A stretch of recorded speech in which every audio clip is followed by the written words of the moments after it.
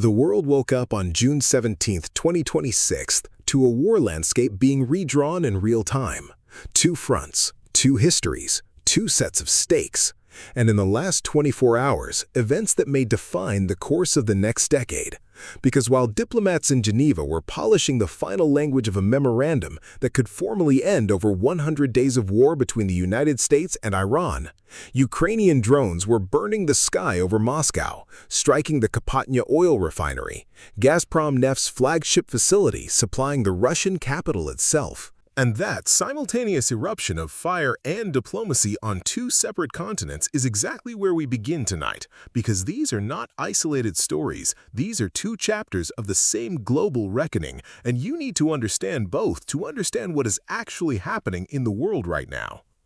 Let's start in the skies over Russia, because what Ukraine did in the overnight hours of June 16th into the 17th was not a tactical skirmish, it was a strategic declaration, a message delivered not in words but in jet fuel and flame, because Ukrainian long-range drones penetrated deep into the Russian heartland, crossing nearly 500 kilometers from the front lines, threading through Russia's layered air defense networks and striking the Kapotnya refinery on the southern outskirts of Moscow. And this is the same facility that, until now, had largely insulated the Moscow metropolitan region from the fuel supply chaos engulfing the rest of Russia. Because what analysts have been tracking for months is a systematic Ukrainian campaign to dismantle Russia's refining capacity one facility at a time. And that campaign has now reached the doorstep of the Kremlin itself. With Ukrainian President Volodymyr Zelensky confirming the strike publicly, writing on social media that,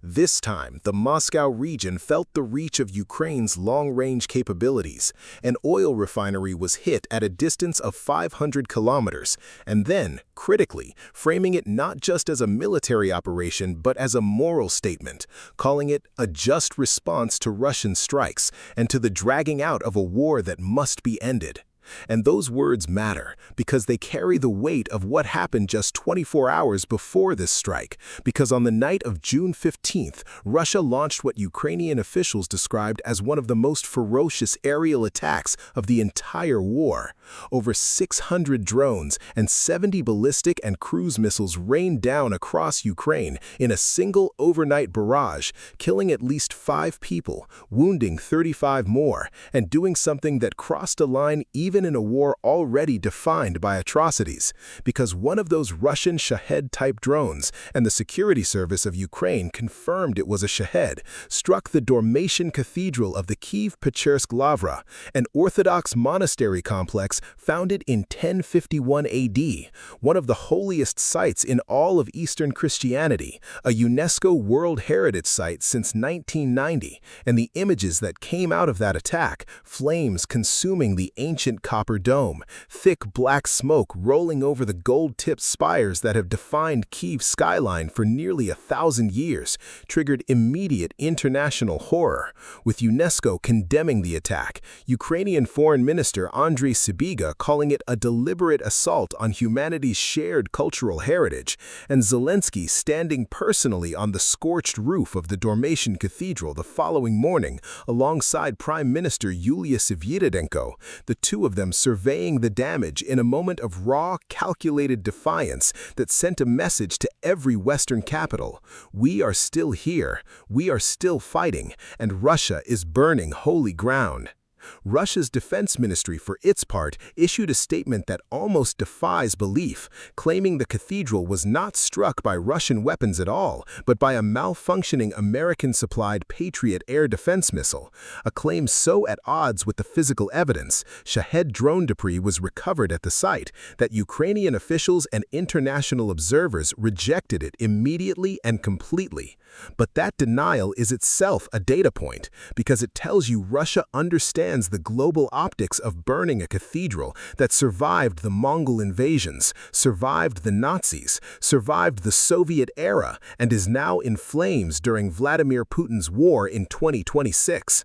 And while Kyiv burned, Ukraine's drone operators were already planning their answer, because the Kapotnya refinery strike the following day was not improvised. It was the next operation in a campaign that intelligence analysts say has now taken nearly one-third of Russia's total oil refining capacity offline, with analysts at Kyiv Post citing figures showing 2.14 million barrels per day of Russian refining output is now effectively non-functional, with fuel shortages spreading across more than 25 Russian regions, with Russia having already banned gasoline exports until July 31st in a desperate attempt to stabilize domestic supply, and with the Ryazan and Kurishi refineries having already been shut down in prior weeks. The Kapotnya strike now means that even Moscow's fuel supply lines are under active pressure, and that matters militarily, because a Russian army that cannot reliably fuel its vehicles, aircraft, and armored columns is an army that slows down, and slowing Russia's tempo of advance is exactly what Ukraine's long-range drone campaign is designed to achieve, while Kyiv waits for more Western air defense systems, more artillery shells, more of the resources it needs to hold a front line that remains under relentless Russian pressure.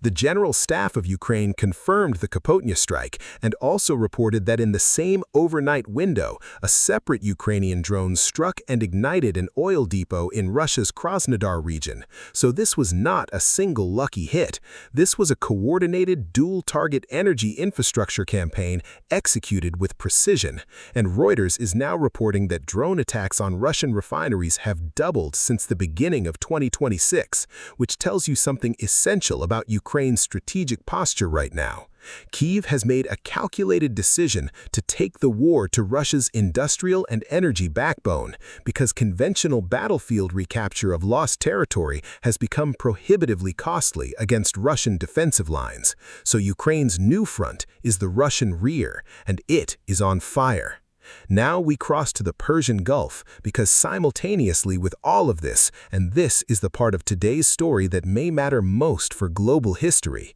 the United States and Iran are 48 hours away from signing a formal Memorandum of Understanding in Geneva, Switzerland, that would put a framework in place to officially end a war that began on February 28, 2026, when the United States and Israel launched coordinated airstrikes against Iran that killed Supreme Leader Ali Khamenei and destroyed significant portions of Iran's military infrastructure, nuclear facilities, and governmental apparatus, triggering an Iranian counter-response that closed the Strait of Hormuz, the narrow choke point through which roughly 20% of the world's traded oil flows, and launched waves of ballistic missiles and drones at U.S. bases, Israeli cities, and American allied Arab states across the region, setting off a cascade of economic disruption that sent fuel prices soaring, triggered shortages across Asia, and sent shockwaves through every commodity market on Earth.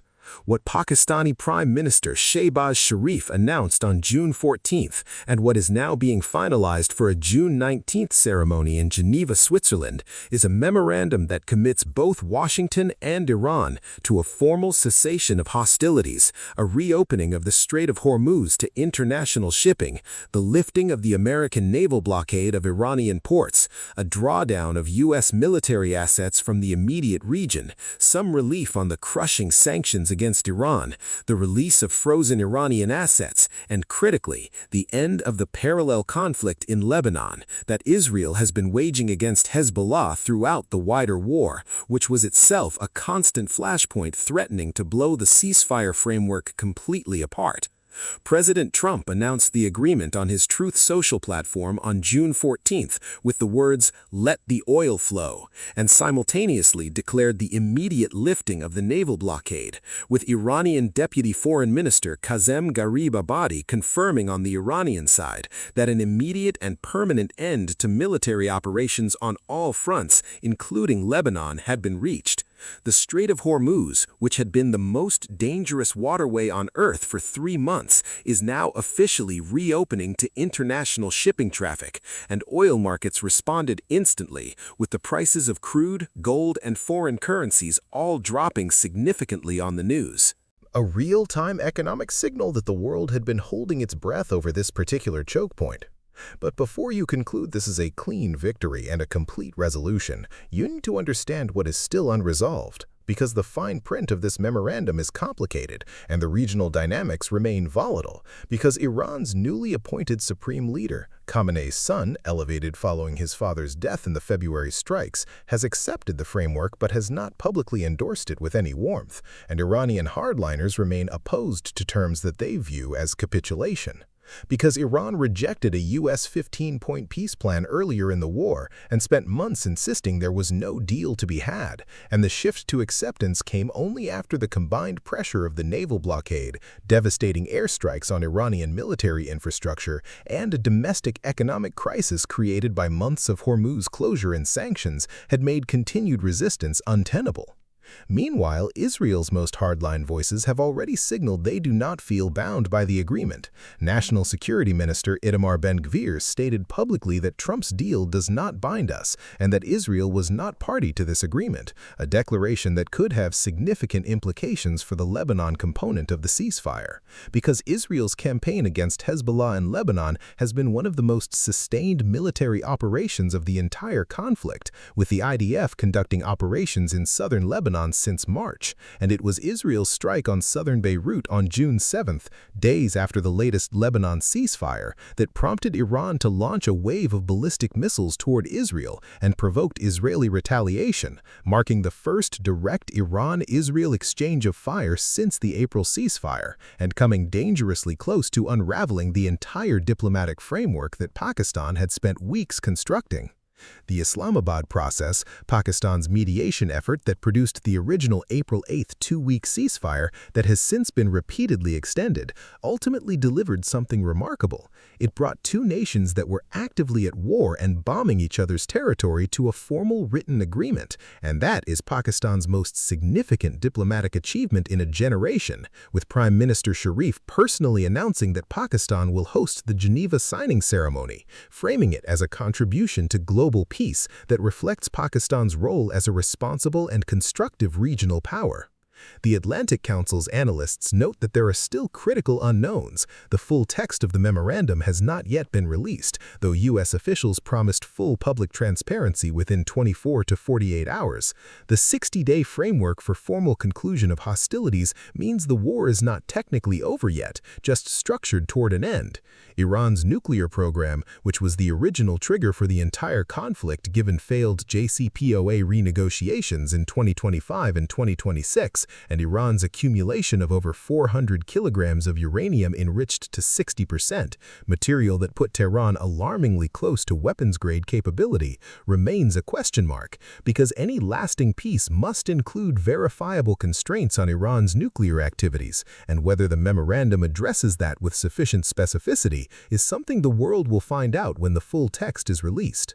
The G7 leaders are already engaged, with French President Emmanuel Macron convening discussions on June 15th about long-term reopening of the strait and the mechanics of U.S. military drawdown, and the UN High Commissioner for Human Rights has separately flagged that Iran executed at least 40 people on national security grounds since the beginning of the conflict, a grim reminder that war's brutality does not limit itself to the battlefield. So where does all of this leave us as of June 17, 2026, as we take stock of the last 24 hours? On the Ukraine-Russia front, Kiev has escalated its strategic bombing campaign to unprecedented depth, with Ukrainian drones now burning Moscow's fuel supply in direct retaliation for Russia's most culturally devastating attack of the war, the strike on the Pechersk Lavra. And that cycle of escalation and retaliation shows no sign of abating, with Russia continuing to hold significant territorial gains in eastern Ukraine, while Ukraine works to make the cost of holding that territory economically and logistically unsustainable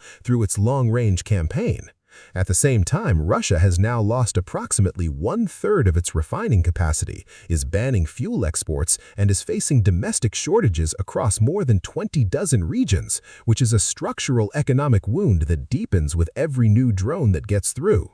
On the US-Iran-Middle East front, history is 48 hours from being made, or unraveling at the last moment, with a Memorandum of Understanding set to be signed in Geneva on June 19th that could formally end the most consequential American military action in the Middle East since the 2003 invasion of Iraq, and the reopening of the Strait of Hormuz has already begun relieving the global energy market pressure that has rippled across every economy on Earth since February, though the ultimate durability of this agreement will depend on whether all parties, particularly Israel and Iran's domestic hardliners, choose to respect a framework that none of them fully wanted, but all of them may have ultimately needed. Two wars, two pivots in the same 24-hour window, and a world watching both, because what happens in the next 48 hours in Geneva and what happens in the skies over Russia in the next 72 will set the trajectory of global security for years to come.